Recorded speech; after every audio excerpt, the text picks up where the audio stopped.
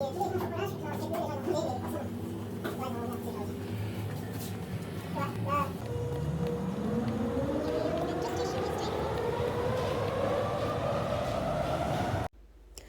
Guys, I hope आप सब ठीक होंगे। तो सॉरी ये पार्ट थोड़ा देर से आया क्योंकि मैं चाह रही थी जो लास्ट के 2-3 डेज़ हमने स्पेंड करे पेरिस में वो सारा मैं इसमें कवर कर पाऊँ।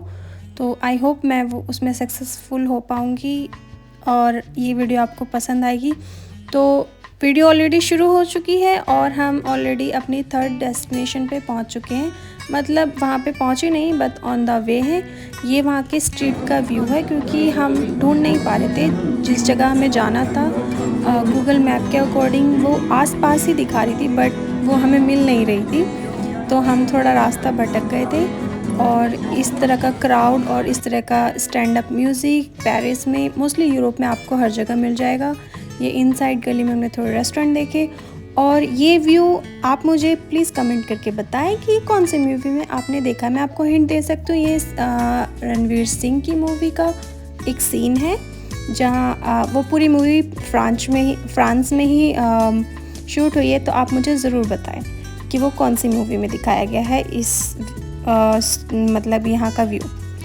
तो फाइनली हमने अपनी डेस्टिनेशन ढूंढ ली और हम वहाँ पहुँच चुके हैं। ये है फ्रंट से लुक उसका, और वेदर भी ज़्यादा ख़राब नहीं है, बस थोड़ा क्लाउडी है तो काफ़ी अच्छा आ रहा था, मतलब व्यू आप देख सकते हैं। और ये फ्रंट साइड का व्यू है, सॉरी वो बैक साइड का था और ये फ्रंट साइड का व्यू है।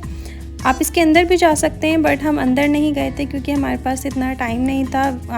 आपको मैं ऑलरेडी 1st-2nd पार्ट में बता चुकी हूँ क्योंकि वेदर सही नहीं था उस वीक में। तो हम चाह रहे थे कि हम बस कवर कर ले ओवरऑल जो हमारी लिस्ट में चीज़ें थी फेमस वहाँ की।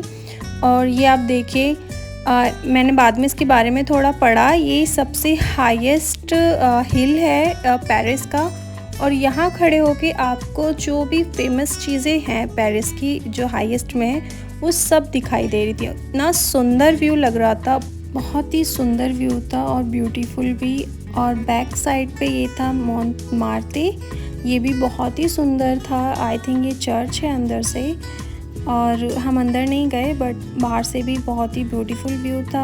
और यहाँ पे मैंने लॉक देखे थे बहुत सारे, तो मेरा भी मन कर रहा था लॉक लगाने का, तो मैंने भी लॉक लगाया इसी टाइप से नाम लिख के।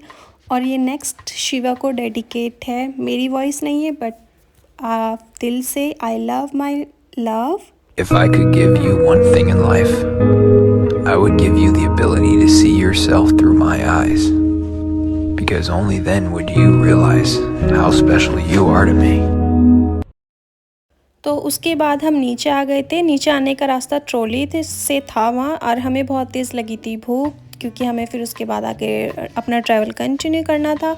तो हमें नीचे एक इंडियन रेस्टोरेंट दिखा, तो हम, और खाली भी था इस टाइम, आई थिंक लंच का टाइम निकल चुका था इस वजह से। और आप अंदर से ये रेस्टोरेंट का व्यू देख सकते हैं जो आई थिंक कुछ मुगलई टाइप का था। बट ऑनेस्टली बताऊँ, खाना बहुत बहुत टेस्टी था। मतलब जो कबाब वगैरह जो हम नॉर्मली दिल्ली और इंडिया में खाते हैं वही टेस्ट मुझे दिखा। और अब हम पहुंच चुके हैं अपनी 3rd डेस्टिनेशन पे, और ये था वहाँ स्ट्रीट का व्यू जहाँ इन करने से पहले का, मेट्रो से उतरते ही। और ये बात सच में बहुत अच्छी लगी मुझे पेरिस की कि आपको कहीं भी जाना है आप मेट्रो लें, मेट्रो का कार्ड लें। सबसे अच्छी चीज़ ये मैं आपको एडवाइस करूँगी, क्योंकि अगर आप वहाँ जा रहे हैं तो जितने दिन आप जा रहे हैं आपका वो डेज़ कार्ड बनवा लें टिकट, क्योंकि हर जगह काउंटर नहीं होते वहाँ पे मेट्रो के, तो वो इजी रहेगा।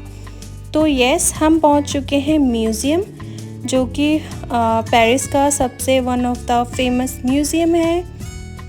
और ये जो भी आपको चारों तरफ दिख रहे हैं ये है रेस्टोरेंट, सिटिंग अरेंजमेंट, आप यहाँ पे बैठ के डिनर कर सकते हैं। बट जिस टाइम हम पहुँचे थे जब तक ये रेस्टोरेंट ओपन नहीं हुए थे। और सेकंड चीज़, जैसा कि मैं आपको फर्स्ट वीडियो में बता चुकी हूँ, फर्स्ट एंड सेकंड में, कि ज़्यादातर रेस्टोरेंट में आपको पहले ही इन एडवांस रिजर्वेशन करनी पड़ती है, अदरवाइज़ आपको प्लेस नहीं मिलता।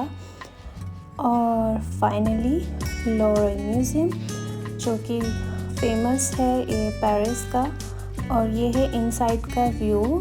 वैसे मोस्टली मैंने यूट्यूब वगैरह पे चेक करा, इनसाइड बहुत कम ही वीडियो डाल रखी है, पता नहीं क्यों, बट मैंने इसमें आपको कुछ चीज़ें ज़्यादा नहीं, क्योंकि बहुत ही सुंदर म्यूज़ियम है, अंदर से बहुत सारी चीज़ें हैं देखने लायक, जैसे कि आप देख सकते हैं आर्ट से रिलेटेड डेकोरेशन, मतलब प्राचीन टाइम की। और ये म्यूज़ियम 3 भागों में डिवाइड है, प्राचीन और फिर यूरोपियन कल्चर, और जिसके लिए फेमस है मोनालिसा। बट मेरे लिए उससे ज़्यादा बहुत सी अनदर चीज़ें ज़्यादा ब्यूटीफुल रही, तो आप इसका व्यू एंजॉय करिए। और फाइनली हम जा रहे हैं जिसका हमें इंतज़ार था, मोनालिसा वाले डिपार्टमेंट में, बट हम खो गए क्योंकि ये बहुत ही बड़ा है अंदर से, और बहुत सारी चीज़ें थी बहुत ही सुंदर, जिनके बारे में हम स्पेशली मुझे तो बिल्कुल भी नॉलेज नहीं थी। कुछ चीज़ें मैंने पढ़ी और कुछ चीज़ें समझ में नहीं आई। ये जो जितने भी बुत बोलते हैं इनकी लैंग्वेज में, ईसाई की, तो ये उनके टाइम के ये सारे बुत रखे हुए थे, अलग अलग देशों से लाए गए। ये सारा वो था, इनके महान योद्धा वगैरह थे, उनकी मतलब मूर्तियाँ वगैरह थी। फिर ये जो ये थर्ड पार्ट था अंदर से, ये बिल्कुल पेंटिंग वाला सेशन था, जैसा कि इनके मैंने यूरोप में मैं जहाँ भी घूमी हूँ, इनके चर्च मोस्टली इस टाइप के डेकोरेट होते हैं, और वही थीम था आई थिंक ये वो, चारों तरफ मंथ के अकॉर्डिंग कुछ राशि टाइप का था, पूरे मंथ लिखे हुए थे जनवरी फरवरी इस टाइप से, और उसी के अकॉर्डिंग इनके आई थिंक भगवान या राजा जो भी थे वो थे। और ये अलग अलग देशों से लाए गए किंग्स की ज्वेलरी थी। कुछ ज्वेलरी फ्रांस से है, कुछ एशिया से है, और उनकी जर्नी भी लिखी हुई थी नीचे।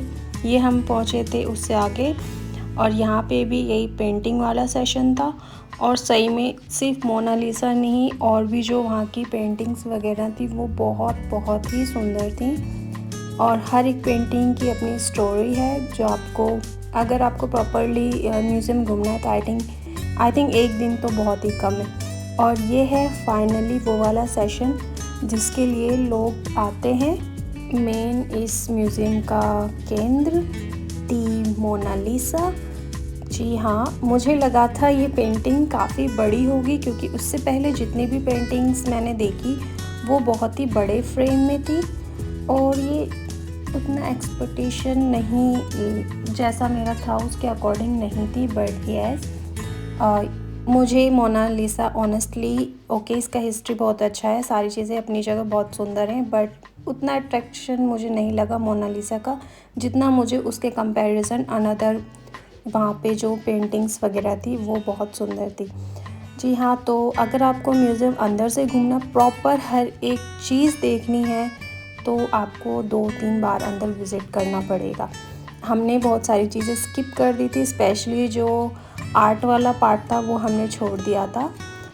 तो अब हम आ चुके हैं बाहर, क्योंकि हम बहुत ज़्यादा थक गए थे, और जो पर्टिकुलर चीज़ें हमें देखनी थी वो हम म्यूज़ियम में देख चुके थे, और यहाँ पे अब रात भी होने वाली थी, क्योंकि लास्ट नाइट हमें ज़्यादा देर हो गई थी, अराउंड 12-1 बज गए थे, तो ट्रेन की टाइमिंग थोड़ी देर हो गई थी, इसलिए हम चाह रहे थे टाइम से हम वापस चले जाए होटल में। बट हमने डिसाइड करा पहले हम कुछ खा लेते हैं, डिनर ले लेते हैं, और एक बार नाइट का व्यू शूट करेंगे म्यूज़ियम का, फिर हम वापस आएंगे। और ये जो डेज़र्ट है ये सच में बहुत बहुत ही टेस्टी था। और फिर हम अगेन दोबारा म्यूज़ियम के पास आए थे, क्योंकि मुझे एक बार नाइट में देखना था, जैसा कि फ़ोटोज़ वगैरह में दिखता है, इतना सुंदर लगता है, तो इसलिए हम दोबारा गए थे। और ये देखिए सच में बहुत ही सुंदर व्यू था।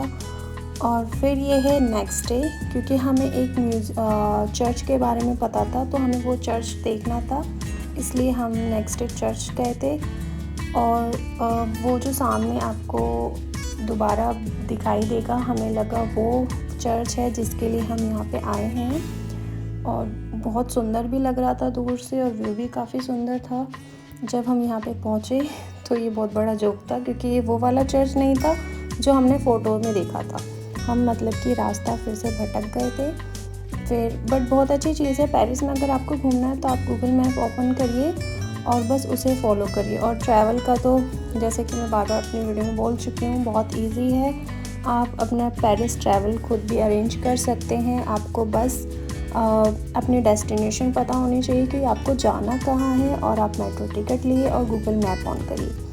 अब ज़्यादा मुश्किल नहीं है पेरिस में घूमना। हाँ ठीक है, लैंग्वेज को लेके प्रॉब्लम आती है, बट वो भी मैनेज हो जाता है क्योंकि आपको पूछने की ज़रूरत नहीं है, आप बस गूगल मैप फॉलो करिए। तो और ये फिर से last time Paris Eiffel tower का व्यू। और तो ये था नेक्स्ट मॉर्निंग का वेदर, जो कि सेम ही है। मतलब जितने दिन हम रहे ज़्यादातर तो मौसम ऐसा ही था। हमें पहले इस बात का आइडिया नहीं था कि सितंबर में रेनिंग डे मिलेगा, पर ओके, हमारा प्लान सडनली बना था तो फिर हम उसे कैंसिल भी नहीं कर सकते थे। बट या अब हमें आइडिया है कि अगर हमें नेक्स्ट टाइम जाना है तो हमें किस मौसम में जाना है और किस तरीके से प्लान बनाना है। बट हाँ, मैं एडवाइस करूँगी कि आप अगर कभी पेरिस का प्लान बना रहे हैं तो एटलीस्ट 7 से 8 दिन का आप मार्जिन लेके चलें, जब जाके आप जितनी भी फेमस चीज़ें ऑल तो आप फॉलो नहीं कर पाएंगे, बट थोड़ी बहुत जो आप घूम सकते हैं। तो अब हम फाइनल डेस्टिनेशन पे पहुंच चुके हैं, सांत चपेले।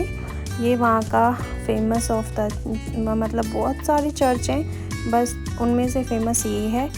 और हाँ, एक चीज़ प्लस पॉइंट तो पेरिस वालों के लिए, बट हमारे लिए थोड़ा नेगेटिव पॉइंट ये कि आपको हर जगह, मोस्ट ऑफ हर जगह टिकट लेनी पड़ती है। तो जब हम अंदर गए थे, ये था नीचे का व्यू चर्च के, तो मुझे ऐसा लगा कि शायद ये सिर्फ इतना ही है, और बहुत ही शॉकिंग लगा मुझे कि घुसते ही ख़त्म हो गया। बट फिर साइड में पता चला कि ऊपर जाने का भी है, और ये था ऊपर वाले फ्लोर का चर्च का व्यू। इसमें भी इन्होंने शीशे में कुछ, आप अगर ध्यान से देखेंगे तो पेंटिंग बनी हुई है, और इस जो भी इसकी हिस्ट्री है वो इन सारी पेंटिंग में इन्होंने बना कर दिखा रखी है उस तरीके से। तो वो ज़्यादा बड़ा नहीं था, वो हम घूम लिए थे, बहुत सुंदर था, हम बाहर आए। और ये था उसके बराबर में कोर्ट। जी हाँ, तो ये था चर्च के बराबर में कोर्ट, और जो आई थिंक चर्च से ज़्यादा अट्रैक्टिव लग रहा था। ये चर्च बाहर का व्यू है, जो कि बाहर से दिख रहा है चर्च का, वही अट्रैक्टिव था। अंदर से मुझे इतना कुछ खास लगा नहीं पर्सनली। और तो फिर हम वहाँ से बाहर निकल गए, और अगेन बारिश शुरू हो गई, जो कि आप देख सकते हैं, बिना अम्ब्रेला के हम जा नहीं सकते। फिर हम वहाँ का आसपास का एरिया देख रहे थे, क्योंकि आज का हमारा लास्ट डे था। और फिर हमें रिमाइंड आया कि हमें जब लंच करना है, तो हमने सोचा कि हम अगेन वहीं वापस जाएं जहां हमने लास्ट डे लंच करा था, इंडियन फूड। क्योंकि रियली यूरोप में जितने भी रेस्टोरेंट मैंने ट्राई करे हैं, ये सेकंड वन है जो मुझे, जिनका खाना बिल्कुल हमारे इंडियन टेस्ट के आसपास लगा। फर्स्ट वन मैंने ऑस्ट्रेलिया में खाया था, और सेकंड वन ये, और सच में बहुत टेस्टी खाना था। स्पेशली इनके कबाब और इनका चिकन बहुत ही टेस्टी था। ये है रेस्टोरेंट का व्यू। जी हाँ, अगर आप कभी पेरिस आते हैं तो इस रेस्टोरेंट में ज़रूर विज़िट करिएगा। और सेकंड चीज़ इसकी ये थी कि इनका जो प्राइस मैनेज था वो भी बिल्कुल नॉर्मल था, इतना हाईएस्ट नहीं था। जो अनदर रेस्टोरेंट में हमने खाना खाया पेरिस के, वो ज़्यादा एक्सपेंसिव था। तो ये था मेरा पूरा ट्रैवल यूरोप का, पेरिस का। आई होप वीडियो आपको पसंद आई होगी। तो प्लीज़ लाइक कीजिए, ज़्यादा से ज़्यादा शेयर कीजिए अपने फैमिली और फ्रेंड्स के साथ। और अगर आपने अभी तक मेरे चैनल को सब्सक्राइब नहीं किया है तो प्लीज़ सब्सक्राइब कीजिए। और थैंक यू मेरे जो न्यू सब्सक्राइबर हैं मुझे फॉलो करने के लिए, थैंक यू सो मच। और मैंने रिसेंटली देखा मेरे 195 सब्सक्राइबर हो गए हैं, तो हम 195 फ्रेंड्स हो गए हैं, कॉन्ग्रेचुलेशन। और ये है लास्ट डे हमारा पेरिस का, हम वापस जा रहे हैं। बहुत ही सुंदर ब्यूटीफुल ट्रैवल रहा मेरे लिए, और बहुत ही यूनिक और ब्यूटीफुल एक्सपीरियंस। आपका कोई भी क्वेश्चन है इससे रिलेटेड तो आप कमेंट बॉक्स में कमेंट करें, मैं आंसर ज़रूर दूँगी। तो थैंक यू, बाय बाय, चाओ।